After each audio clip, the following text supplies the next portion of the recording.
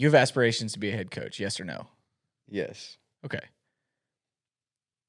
When you take over a program, obviously without projecting which one, where it is, how big, how small, any of that, whether they've had mediocre success, no success, tradition of success, what's the first thing you're going to establish, the precedent or standard you're going to set? What's that step one piece of your new program?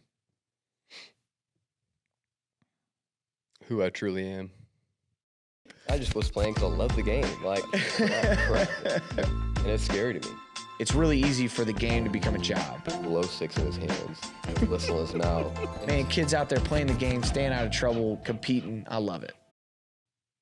I think it's important that you get that out of the way and you let everybody know, everybody meaning the kids, the parents, the future coaches, who you are, what you stand for, what your program is. Because a lot of times you see a program and you're going to have the culture things within it, but a lot of it is kind of a reflection of who that coach is as a man. So is that coach who I am, family? I think in having a coach who is rejuvenated daily, he's excited to be at the office daily. As he do that, let him go home to his family. You know what I mean? Love, compassion, but like let him know who you are. I think I see a lot of coaches kind of get into the job and they're very kind of sit back, skeptical, looking to try to see, well, what should I do first? Show everybody who you are. You set the standard of like, this is who I am. This is who we're going to be. Let the kids know, hey, I'm a confident guy. We're going to win football games, and this is who I am. I think after that, then it's, everything else kind of falls after that. Every little bucket after that, whether it's like, okay, here's our culture now, and then here's our program, and here's our offense and defense, and so on and so forth. So without like giving away your new program playbook, what's the first step in doing that? How do you do it? I've seen other people's approach to it. Mm-hmm. How would you do it? What would be, you are officially hired at XYZ high school, and it's your first day with the team. I would probably copy Coach Dilfer, and honestly, what every other coach I've seen, has done. I think Coach Dilfer probably just did it with way more fire, because that's just how he is. But that first parent meeting, obviously he had the press conference and all that type of stuff, but the first meeting, parent meeting, basically set the standard for everybody. Like, hey, I'm going to love your kid as if he was mine. Here's everything that we're going to offer your kid. Your kid, I promise you, will be in the best uniform. He will be in the best everything that there is. I promise you I will work my butt off for him. I promise you the staff, who will be the best staff in the country, will work their butt off for them as well. But here are the rules. And, like, set rules for, like, the parents as well.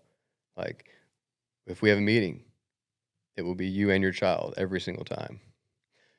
Do not come up to me and talk to me about football and try to talk about scheme and this and that. I've forgotten more football than you'll ever know. And it's kind of just setting the standard like, hey, here's who we're going to be. Here's the rules are set. We're on the same page from here on out, and this is who I am. And I think from then it kind of made things much easier.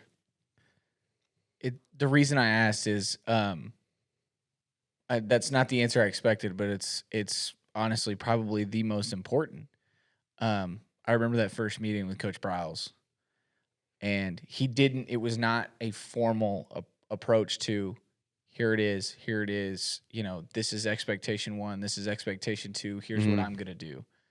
He just came up and he knew everybody because that's just who Coach Briles is. That's who he is. And it wasn't a sense of you didn't get anything that was disingenuous about it.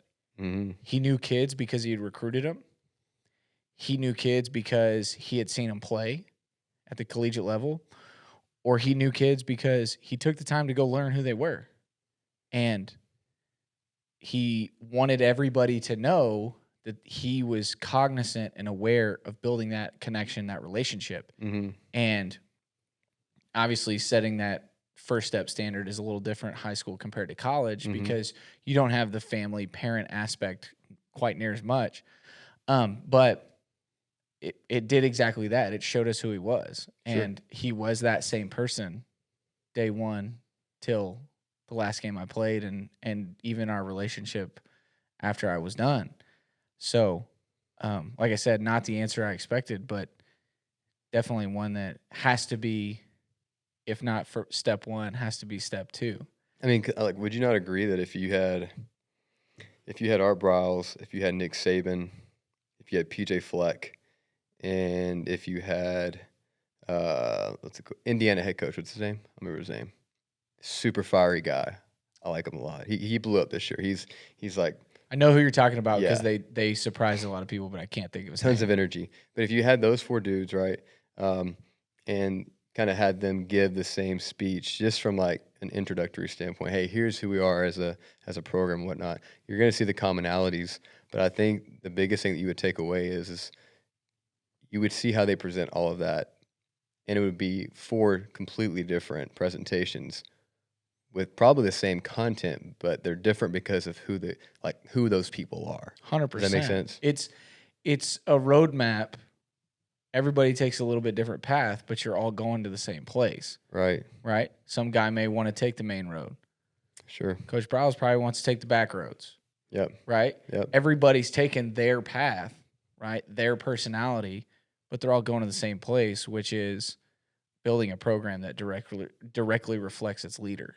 Yep. And I think those are the constants, right? Those are the ones that at all levels that last, Mm-hmm. right? And where you see turnover or quote unquote failure, lack of success is when there's either that disingenuous connection of portrayal versus true person, or at some point along the way, there becomes a disconnect Yeah. where that coach is no longer focused on that reflection. Because I think that there has to be a certain level of self-awareness, and I don't want to call it selfishness, but it could be portrayed that way when it comes to being a head coach. You've got to be aware, like you said, even though we were talking about position-specific stuff, you're either coaching it or you're allowing it, Yep. right? And when those things are going on, if they don't reflect who you are or what you intend to be, Mm-hmm. but you're not doing anything about it, well, then it is who you are. Yeah. Because I mean, I would imagine it's. I mean, obviously, I've never been a head coach, but like I would imagine you kind of go through that internal battle. Um, you're 2-5, first time head coach, and you're a doesn't matter, but you're a Riles. You know what I mean? But you're 2-5, you're young, and it's like, do I need to start being a Saban? You know what I mean? And I feel like, I mean, I would imagine every young coach probably kind of battles that. And it's at what point do you have to make adjustments kind of within what you see? You know what I mean? Instead of like, well, maybe I need to start acting like this. I mean, I feel like most people would kind of have that battle. And I imagine it's pretty tough, but I think it comes back to what you said. Like, you have to be who you are. You got to be confident, and trust your process. And just at the end of the day, if you're going to go down in flames, and go down in the flames of which you said, well, this is my philosophy. And it's at least if we go 2-8 and we do that for 3 years in a row and I get fired, it was the way that I wanted to do it, and maybe I'll learn something about it. Instead of looking back and saying, crap, I went this way, I went that way, and I was never really consistent. Right. That's I'll never forget, first 2 years Coach Rouse was there. 2 of the 4 years I played for him, we weren't very good. I mean, we were 4-8. We were a 4-8 football team 2 years in a row. Some of that had a lot to do with injuries in 2009, but a lot of it had to do with it takes time to cultivate, a change Mm-hmm. and a successful one. But he never wavered. Every practice, when we came up and, post practice, all together, whatever, man, we're a good football team. We're a dang good football team. He believed it too, right? Every day. Every day. Yeah. Part of that was speaking it into existence. Yep. Part of that, I believe, was reaffirming the players that knew the history of Baylor and knew the struggles and were frustrated. Yeah. And I think part of it was an explicit reminder of his direction, his path, his intent, and his goals. Mm-hmm. Right? It's very easy to write it down. Yeah. But that constant, even when you, in 2009, you lose games you're not supposed to, right? You wet the bed in Ames, Iowa, Mm-hmm. right? When you do those kind of things, you come back and you say, no, we're a good football team. Mm-hmm. It does so much for the young men sitting there listening but it also does just as much for all those assistant coaches that are putting in 80, 90, 100 hours a week, Yeah. sacrificing so much. Hey, it's not for nothing. You are working towards a goal that will be accomplished. Right. And, that comes back to whether it's PJ Fleck row the boat, whether it's Chad Morris chop wood, carry water, it's that commitment to the process of intentionally working towards a reflection that you can be proud of. Mm-hmm. And I think that comes back to like what you said of, your program has to be who you are. Yeah. And for your program to be who you are, you have to be true to who you are. Sure. Yeah, and I think that's just take a moment about Coach Dilfer. I mean, speaking it into existence. Man, he was so good about that. And he always talked about how his former head coach at Fresno was always doing that. And I know there's people that are listening to this podcast that are always trying to dig for information. And I think it's important that they know that Dilfer is one of the best I've ever seen when it comes to positively speaking these things into existence, into the kids, making these kids who would never think they'd ever play a snap in their lifetime that they could go up against this P5 guy and I'm going to beat him. I think it's very important as a head coach that you do that. And the only way you can do that is by being real and being genuine. So to piggyback off of that, speak about like the environment. What's the best environment you've ever been into, whether it's as a coach or it's as a player? What's the best environment, most positive culture, etc.? Um, the first one that comes to mind is the peak for me. It wasn't the peak for their run, but for me, the peak at Baylor was 2011. And had we built a roster that had a lot of talent? Absolutely.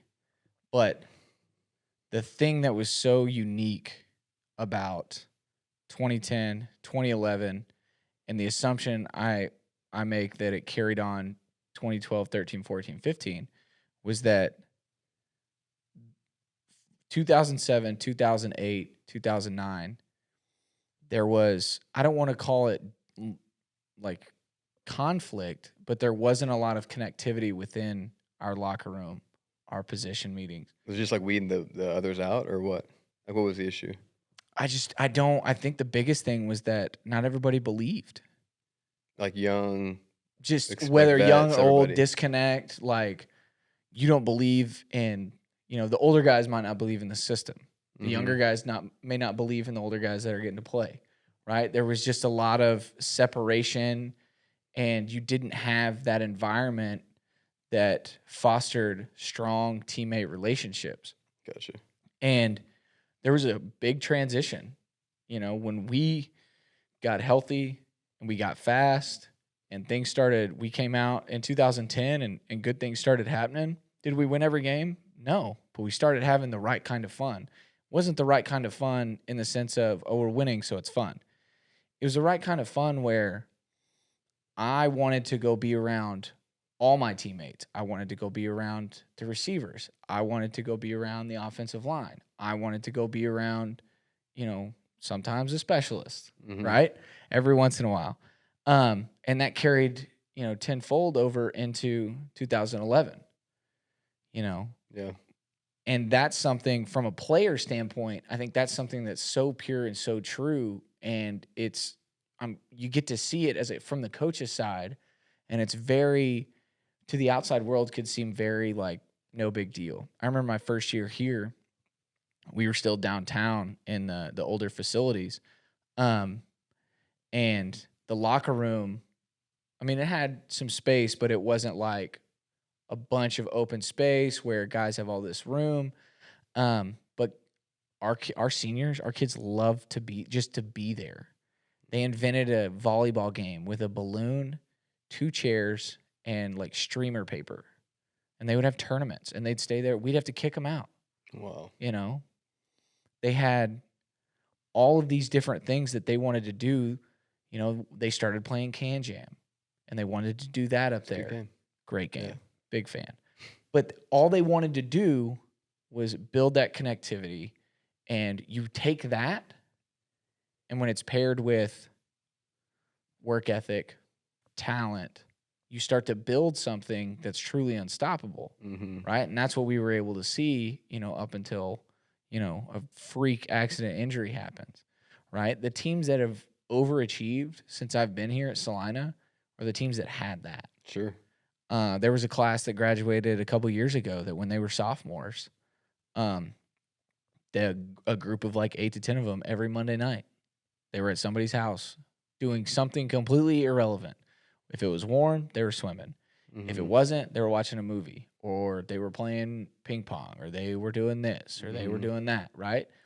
And it's so cheesy and, kind of catchphrasy, but when you do stuff like that, your ability to go one step farther Oh, yeah. than you might have physically thought you were capable skyrockets, Mhm. because you know that that one extra percent has nothing to do with you. It has to do with your ping pong teammate. It has to Yep. do with, you know, Yep. whatever it may be. And that would be the environment. And it was so much about like, we could hold each other accountable. I've touched on it before. Coach Babers used to be like, all right, you get the meeting. Here's the Right. notes. Here's the things I want you to talk about. Nobody bucked the system. And that wasn't because I was the best athlete in the room. Yeah. Yeah, yeah. Duh. Right? Yep. It was because we were all working to the same goal. Nobody bitched. Nobody complained. All we did was our job. Whatever our job was, that's what we did. And with everybody doing that, right, the boat gets rowed, Yeah. right? It's that easy at the end of the day. It really is. It's not a magic formula. It's No. it's nothing. It's nothing along those lines. But my job was to be as technically sound at my craft as humanly possible because of my genetic limitations. Just being Mhm. honest, right? Yep. I knew who I was. I knew who I wasn't going to be. I knew exactly who I needed to be to contribute in any type of way. Yeah. And those guys knew that if I can be that self aware about me, then anything I say about you is not coming from a place of, I can do that better. I'm not going to go run 4.3, Lanier Sure. Sampson. Right. I'm not going to grow 2.5 more inches, Terrence Williams. Yep. But since that's your game, here's what Coach Babers saw from yesterday's practice that we want to make a point of emphasis going into today. If it was me and I was going up against that guy this week, here's how I would attack him. Mhm. If it's you, if I had your set of skills, this is how I would attack him. Sure. Yeah. But you only reach that point when the belief is across the board, Yep. the communication is open and honest, and the input of work is consistent for every player. Right. Yeah. I mean, would you say that that's probably the difference in college and high school? Not saying that you couldn't go with that philosophy. I think everybody has to be on the same page um, at any level of football. But at the high school level, I think you also have um, you kind of have this issue of not really an issue, but you're trying to really make the kid who's a Prius think that he's a Corvette, and then the kid that thinks he's a Corvette understand that no, you're actually a Ferrari. Um, but if that kid, all right, that is a Prius, if he doesn't think that he can be that Corvette, you don't really ever have that change and that gain in depth. You don't have that pushing. You know what I mean? Of trying. 100%. You know what I mean? To whereas like I think in college you're a little bit more mature and you can say, you know what, I've accepted my role. Mm-hmm. Would you say that's kind of the biggest difference between the two? Definitely. I actually had a conversation with another coach. He asked, how do you get your guys to just go beat man coverage? And I said, I lie to them every day. I lie to them every time they walk on the field. Speak it into existence. I say, nobody in the country that lines up in front of you can guard you. Is that true? I bet we could go find a couple. Yeah, right? just go But right you down the know road. what? It's a form of speaking it into existence. That's right.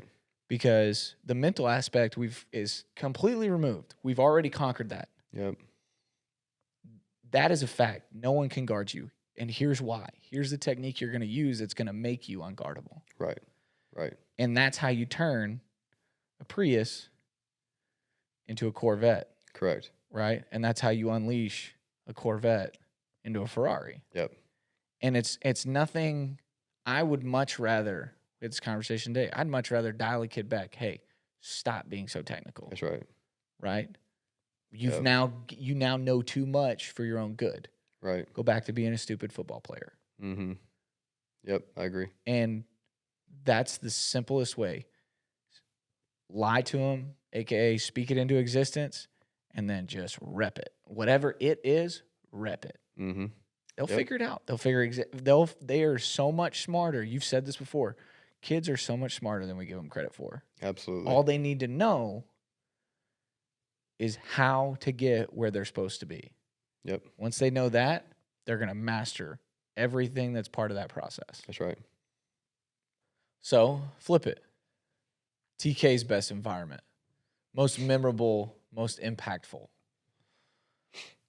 Yeah, I think it's pretty easy. I think the most impactful place I've ever been was Lipscomb. Um, I think what we were able to do as a staff and what Coach Dilfer was able to do as a head coach and transform um, that community. And I say community for a reason. I mean, I think most places you go to, most schools that are, per se broken, um, you kind of have to repair the community first. And so the way that he was able to, go back to it, speak it into existence, within the community, within the players, within the coaches, to the point to where everybody was like, you know what, yeah, we're 3-30 the last 3 years, but we're about to go win a state championship. Um, and honestly, if we were to continue to think that way, looking back at it, it's like, man, I don't know how he was able to like basically deceive us and make us think that. But I mean, the best in the world, they have that ability. It's a natural gift that when you're standing there listening to the coach talk at the end of practice, whether you're a player, you're a coach, and he's talking about all that stuff, you're like, absolutely. You kind of can't help but shake your head. Yes, we are. And I thought it was just really cool to kind of see the people from the community kind of start flowing in there and start embracing the tribe, not a family but a tribe, and understanding that this is something that's going to be special. And it's like I tell every kid, you can if you're a kid within the school and you don't play football, that's fine. You can either watch it happen or you can come be a part of it and be a part of the change. But regardless, it's going to happen. I think people started around the whole community wanting to be a part of that, whether they were a player, whether they were alumni, or they were a parent. And I think the moment that happened, then it was just like, okay, now let's get through this first year, and it's about to be a machine. So that perfect word to use, because obviously when I got here, the machine was running. Salina, the It's support, been rolling since 1940. right? Exactly. So, do you remember the point where that no longer had to be an active point of emphasis? Do you remember the point where the community took over the community's role? They didn't have to be reminded of their role or how important their role was. Or was that something that Dilfer carried both years, the entire time you were there? I mean, I think it carried it both years. I mean, I think it slightly transitioned. We were getting over that after that first year. I remember the biggest saying that we had to get over was almost. And if anybody from Lipscomb's listening to this, they probably are so tired of that word. They probably never even say it anymore. But almost was like the word of the decade. Like that was an almost tackle. And it's because as we were watching film, everything was just almost like, yeah, you know what? You almost won that game. You almost threw a touchdown pass. Like everything was just almost, and there was zero finish. And you could probably catch that at a lot of teams that don't have success. But I think that's something that's preached within the community. And it's like, no, we're not going to be almost anymore. And so that was kind of our emphasis. It was like, if you ever see it, point it out. And to the point to where it's like you can be tired of it, but it was almost. You get tired of it, stop doing it almost, and actually do it. And I think we got to the point. We won a few games. And we went through a spell there where I think we lost 4 games in a row, and it got tough. And then we came back, started winning some more games. I know we played CPA, who's like our longtime rival, and we battled with them hard. And we fought, and we got beat, and you can call it almost, but it was different though. It was a true fight, and I think it was a true fight that hasn't been fought that way in a long time. I think people in the community started feeling it. Obviously, as coaches, we were pissed off after the game, but the community was like, we could feel it, like. That was legit. That wasn't like, oh, come out first quarter, fake confidence, overhyped up. Oh, okay, now we're just gonna get beat. No, it was a legit fight, and you could almost feel like, okay, you know what? Yeah, you got us this year, but wait till next year. And I'll be damned if the next year we didn't beat them. It's one of those where they walk away from the game and they won, but they don't feel good about That's great. it. That's a great way to put it there. That's a really good way to put it. Um, and so, like, while we're on the conversation of culture, as an offensive coordinator, you kind of have to change your identity every single year.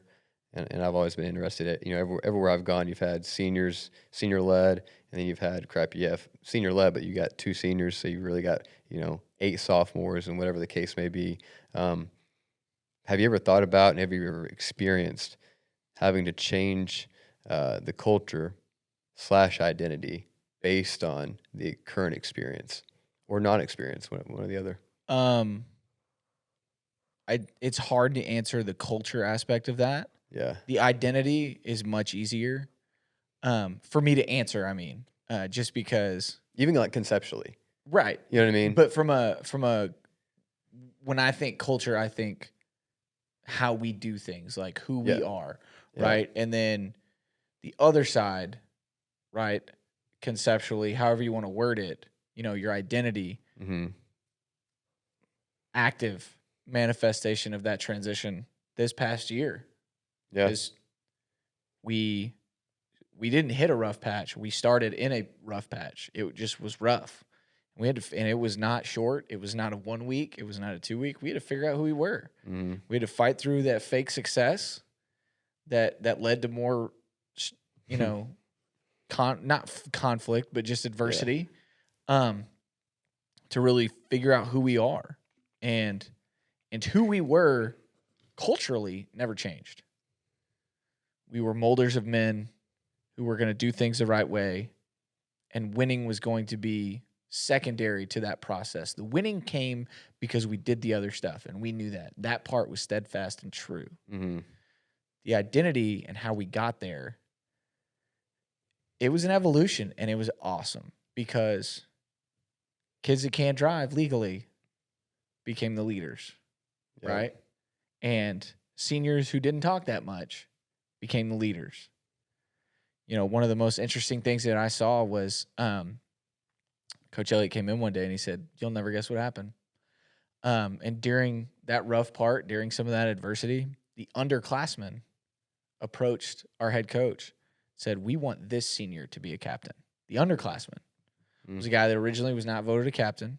Hey, we want this guy to be a captain because he aligned with everything culturally, maintained, held that expectation, and never wavered on doing anything that was asked of him. mm. Yeah, And when those guys found their voice and their ability to approach the head coach as juniors, as sophomores, hey, this is our intent, this is our purpose, this is where we feel our heart is. especially somebody as big as Bill. Right. Well, I had to go in together, two, Yeah, yeah, three, yeah, power of numbers type thing. absolutely. But man, that was the beginning of the turn, and the turn happened fast, and the ball got rolling, and good things started happening, and everybody kind of fell in line. Yeah, But there were tweaks and adjustments to our identity or our conceptual base when that transition happened. But that cultural aspect, man, that's just part of the orange and white. It's yeah, something that, at some point in my career, I'm probably going to have to really go actively learn how to implant that within a program, because all I know right now is that the kids get here and they just know. And if they don't yeah, know, they learn it real fast. yeah, yeah. I mean, because for me, it's just always interesting to look. And again, I know it's college, so it's different. But like, if you look at, um, and all my air raid haters are going to be going off here, but like, if you were to look at Leach back in the day in Texas Tech versus your Bryles, at Baylor, if you were just to watch them play football, I mean, who would you say is more? Oh, they are like a gap, pounded in your throat type team, Texas Tech or Baylor? Baylor, 100%.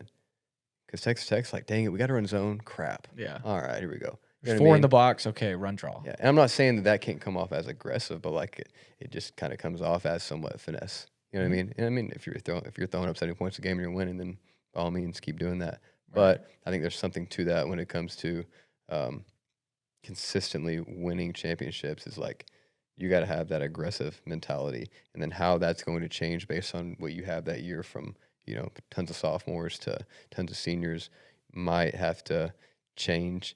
Um, I wouldn't say completely because I think you always have to have that mindset. You know what I mean? Mhm. But I've always found it very interesting to look and see by watching them play, can you see their culture or not? Yeah, it's and I think that's the Leach one's so interesting because like what when you hear Mike Leach, what's the first thing everybody thinks, right? The pirate, right? Yeah. Swing your sword, the pirate. Yep. But like when you watch his offense, and I don't mean this negatively at all, but like air raid is not. When I think pirate, I think like overly aggressive, right? Like Like violent. our Yeah, ISO, exactly, exactly, exactly, something like exactly. that. And so it's funny that that's like the mental image you get when you hear his name contrastly to the style of offense he plays. Right. Now, obviously the success was there. Yeah. The players, the points, the stats, everything. But it is funny to think about that. Whereas, like, I don't know. I mean, Coach Browse is like 170-pound man with a West Texas draw that just, I know the side of him that is A gap football. I know that downhill Gotta side run of him. zip. I've Go seen zip. Gotta run right. zip. I know that side, Yeah. right? But it's very easy to be disconnected from that image of him because of how he is usually known as far as how he presents himself. Right. But the one that they picked the ball off in overtime, Orion Stewart, I think it was Orion Stewart, picks off the ball in the end zone in overtime against TCU. Coach rips his headset off and throws it, and his hat Oh. go. Yeah. That on on that sideline. Yeah. I know that Coach Browse, Right. but a lot of other people don't. So you wouldn't immediately be like, oh yeah, Coach Browse, man, he loves to run the ball for 300 yards a game. He loves that, right? Sure. Yeah. So it is interesting to think about like the connectivity. But one question I wanted to ask you, and this kind of reverts back to what we were talking about earlier, but Inky Johnson, if you don't know who that is, you're going to Google his name. He's going to change your life, and you're going to come back and you're going to write us a comment and say, hey, thanks. Yep. But Inky Johnson has one of his more well-known quotes. He says that, people think that, well, he's a gamer. He's going to rise to the occasion. He says that people don't rise to the occasion, they revert to their training, right?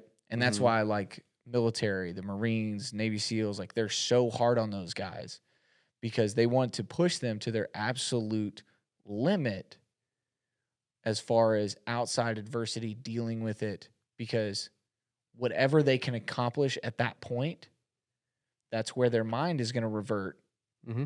in battle, in That's war. right. That's right. So what's the best way to train for that? When it comes to a program, how do you approach setting that reverting to training without kids trying to rely on rising to the occasion? Yeah. And I mean, I get that too. Just to talk about that, which by the way, Inky is like he's like a gas station of motivation. 100%. If He, you ever need yeah. it, just there's a 90-second video on Twitter that's going to make your day. Yeah. And it's not $3 gas. It's free. Yeah. Go fill up. Yep. But yeah, I mean, I think I've always looked at that, and you see it obviously way more often in high school, just because I mean we're sitting there talking, the gap in high school in regards to talent is here, and then college, here, and then NFL, it's Nothing. there. Yeah. So like that's where you really get exposed. But in high school, you can kind of have those, um, Cam Newtons of the world that they can kind of do their thing throughout the week, and then okay, I'm just gonna rise to the occasion. Obviously, how much more special would they be if they would put that work in throughout the week? 100%. I mean, for me, I think every coach has to kind of look at that um, in regards of what their offensive philosophy is. You know what I mean? Like, so for me, I've never liked to be the coach when it comes to a practice setting that's like Indy, 7-on-7, team. I think they're high school kids. I think what happens is if they recognize that they've got, um, you know, 20 minutes of team at the very end of practice, they're going to, do a lot of coasting at the very beginning. Um, and then if it's team run and I'm a receiver, I'm going to coast there as well. And so I've always been more of, and I mean, I think probably most coaches do this, but secret sauce is being like, all right, Indy team, Indy, whatever you want to do, team screen, whatever, boom, team, third down. And you kind of mix those, throughout the practice, and they're not long at all. And for me, I think what's very key is you don't make them long. You make the kids understand, hey, it's do or die. Comparatively, like one snap is all you got. Do or die. And I think it kind of trains them. For me, I'm always about talking about the switch. The best in the world, they have the switch. They're the ones that can be the nicest dude, in the cafeteria line, help you, change a tire on the side of a road. And the moment they get on the field, shoot, between those whistles, they're the meanest person ever. And they have that switch.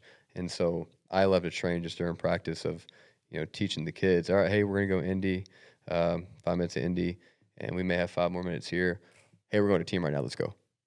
And then do they have that ability to go whoom, and just switch everything and get in that, that killer mindset, that silent assassin mindset. And if they don't, I think you have to continually do that to kind of teach them that. I don't know if that answers your question or not, but that's my philosophy. For sure. You're creating hypothetical adversity through change of pace, really. Yep. Because they're going to have to full tilt because it's situational team, team blitz, team third down, whatever it is. Yep. They're going to have to turn that on, and then they're going to have to go back to learning mode. Yeah, and it's never there's maybe, I don't know, maybe once or twice a year it's, all of a sudden change and now we're going to go team. No, for me, it's always been, hey, like I show the kids the practice schedule, you know what I mean? And it's, hey, we're going to go 5 minutes team here. We're going to go 5 minutes of team screen here with just, servicing ourselves. And then we're going to go 5 minutes Indy, and then we're going to go team against the defense, one-on-ones, and we're going team run, and it's straight run.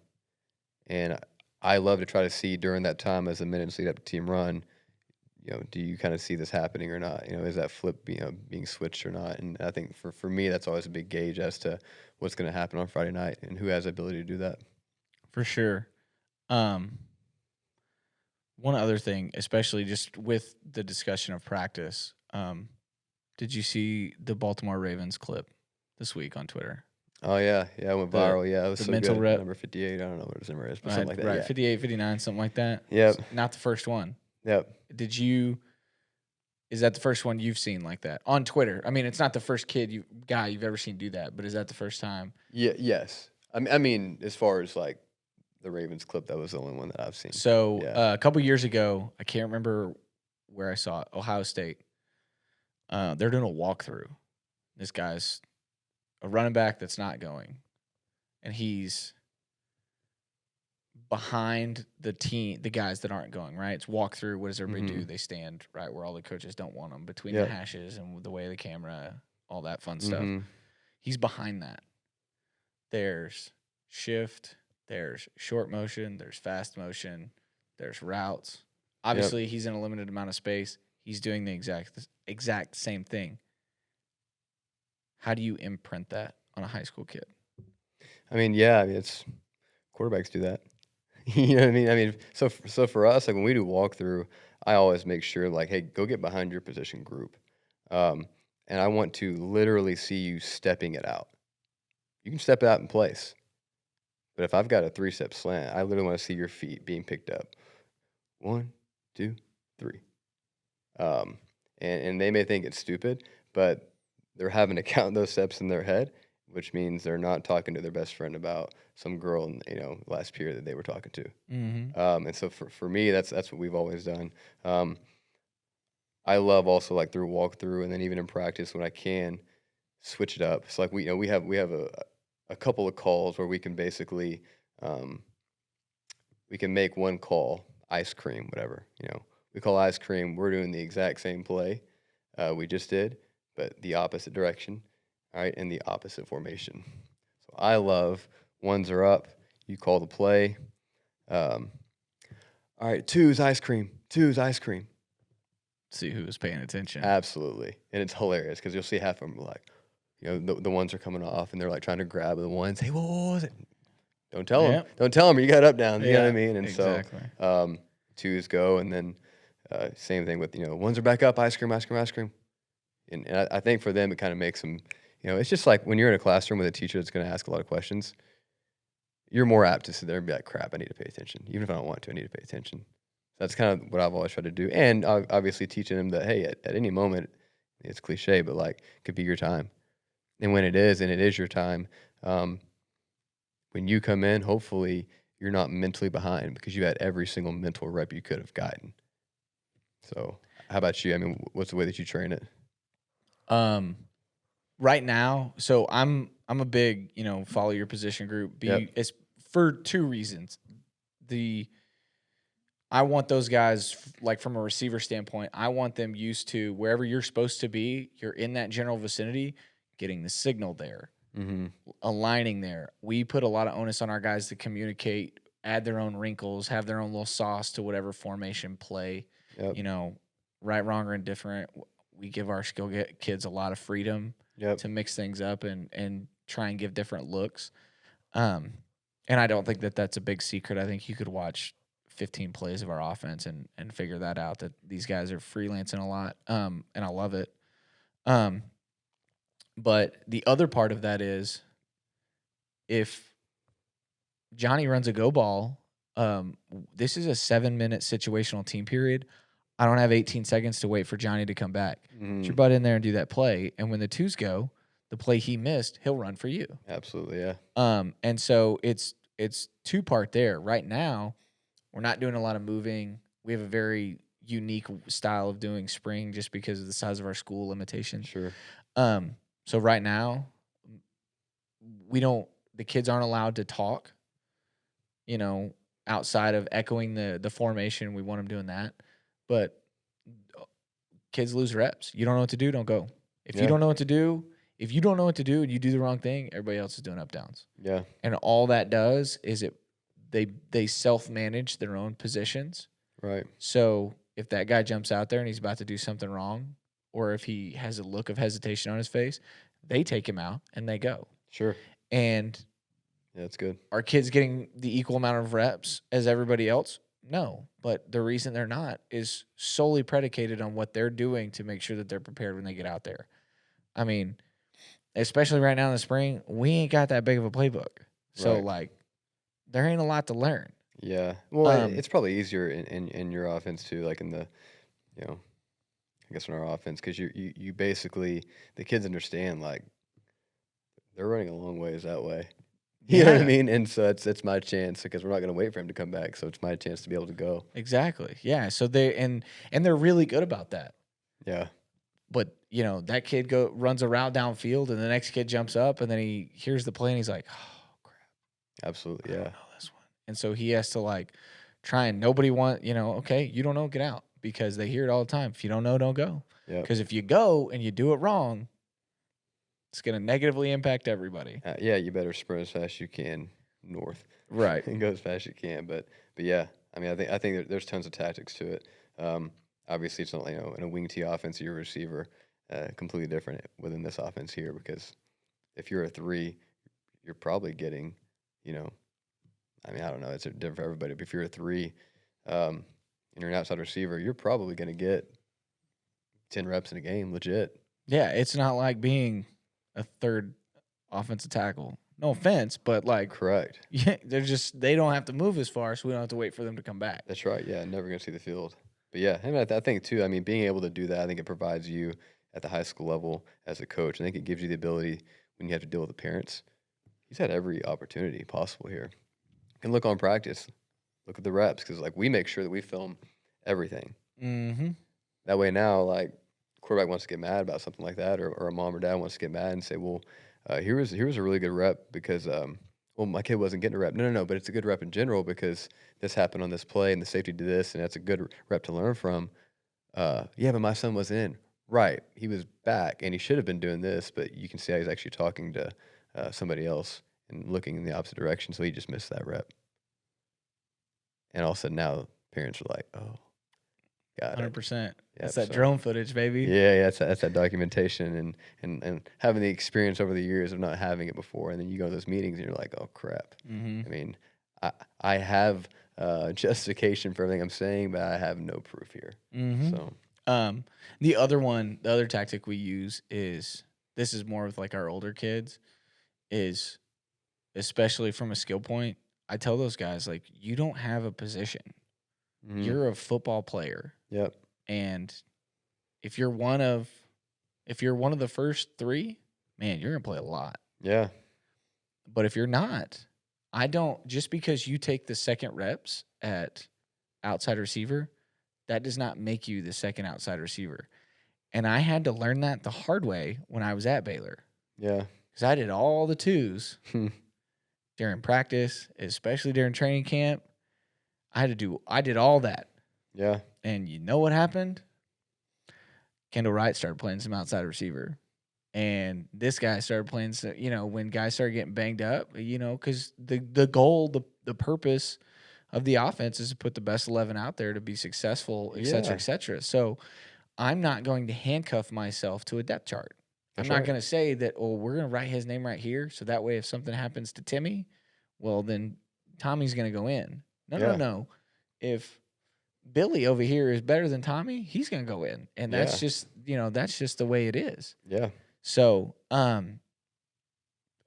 I've tried to make a pretty big emphasis on that, and our offensive coaches have tried to make, especially from a skill position standpoint, our offensive coaches have tried to make a really big emphasis on that, and our kids have responded with nothing but positivity. yeah, Um, they play. I mean, we actively put them in uncomfortable situations. We're doing a lot of 7-on-7 stuff right now, just getting ready for the summer. Um, and they know that at any given moment they could play any of the positions, especially if they're like our guys, like yeah, one of the guys, returning senior guy that's made some plays. They know at any given moment, if I see something or if somebody else sees something, hey, we need to get, so and so out there. Okay, go play that position. right. I think it's genius. I mean, I think yeah, like we'll post a depth chart, and for example, at your X and Z, you end up having, let's say, your second string X and Z are the same person. Do it all the time. You know what I mean? Um, Jay George, you're gonna be your second string X and Z. And so now, like when you actually look at who thought they were the second string X and Z, you're like, hold on, he's both of them. That's right. Like, dang, so he's got more of a chance to play. I thought I was a backup. Well, you are, but he's actually the first backup because he Right. can do both now. I think it kind of gives those, that intrinsic motivation of like, oh crap, like, You're the next guy. yeah, Oh, absolutely. so if no, no, no, but you're the next guy, That's true. Yeah, I right? thought I was a backup. No, he's actually the backup for both now. So That's one of Coach Tucker's favorite. Hey, you're the next guy. yeah, you're Whenever you're next. you're the next one. No, no, no, The- the next. yeah. Yeah, after the next one. So, okay, just to wrap it up, TK has the floor. Best story from your experience since you've been back. So you've left Texas for 2 years. Mm-hmm. You're back at McKinney. Just finished spring ball, had your spring game. Yep. Was there a moment where you were like, okay, welcome home, TK, like back to Texas high school football? Or are we still waiting on it? No, I mean I have a story just in general. So you haven't heard this yet either. Love it. Yes. I'm so pissed too. Dang it. So I have a really bad obsession with footballs, like and game day football. So if anybody's ever followed me, and I don't really put it out there. It's like a secret sauce. Um, but I have my own little concoction that I make up. It's I can't even say what it is, but it's It'll it. be trademarked and on our website Yeah, soon. it's a bunch of stuff that you put together, mix it together. You do a bunch of other stuff on the football before that, and you put it on the football. You let it sit overnight. You scrub it in a certain way, whatever. Right? I'm obsessed with it. Gonna do 6 every single game day. And so this past week was our spring game, and I'm just super busy. Trying to figure out, okay, make sure I checked in for my flight, for that night. Um, and so I had the kids that were in the classrooms across from my office, you know, some football kids, some not. Hey, you done with all your work? Good. Come here, please. Here's a brush. I need you to make sure you brush it in circles, not here, circles. Thank you. You can sit in here and do it if you want. And so most of the kids for the 4 of the 6 balls did a really good job. And there was 2 balls that were left. One of them was brand new, so it was covered in this concoction. And one of our coaches, I asked him, I said, hey, can you go get two kids to do these last 2 footballs for me? He's like, yeah, I got you. And they were 2 of our football players, freshmen. They walk in. I'm actually talking to Coach Martin from UTPB, talking to him. I'm like, hey, guys, there's 2 brushes. Go ahead and rub all that stuff into the football. Make sure it's circles. Appreciate it.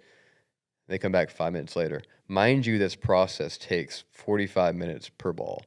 So 5 minutes later, when they walk back in and there was no longer that concoction on the football, there was an obvious mistake. And so I was like, hey, real quick, stop, don't move.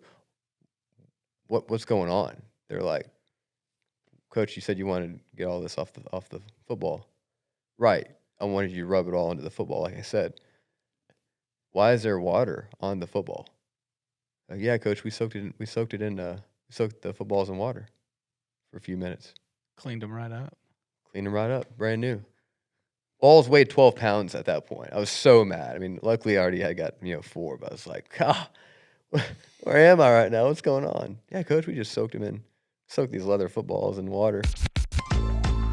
So just make sure everybody knows that if anybody ever wants footballs done, don't go to those 2 kids right there. Yeah.